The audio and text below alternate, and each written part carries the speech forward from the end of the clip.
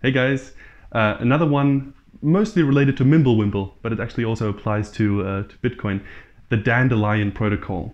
It's another really cool thing, a really cool sounding thing that actually is also cool. So here we go.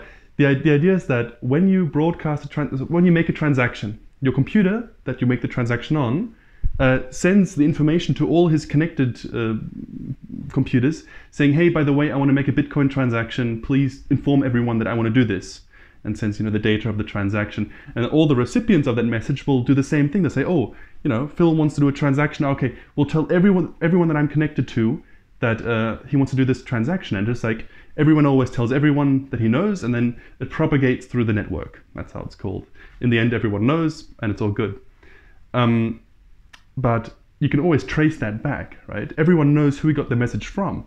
So you don't need to control many nodes in the network to kind of be able to trace it back to its origin to see who actually sent this message, let's say, which IP address.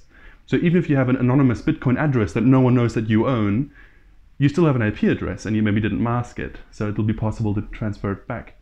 The idea of the Dandelion Protocol is to say, okay, I'm going to send a message that I want to make a transaction. I'll send it to only one of my peers though, only one of my connected computers.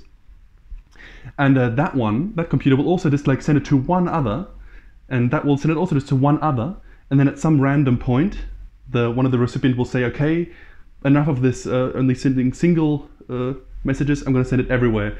So, and at that point, it then goes normally. He sends it to all of his connected peers, and they all send it to all of their peers again.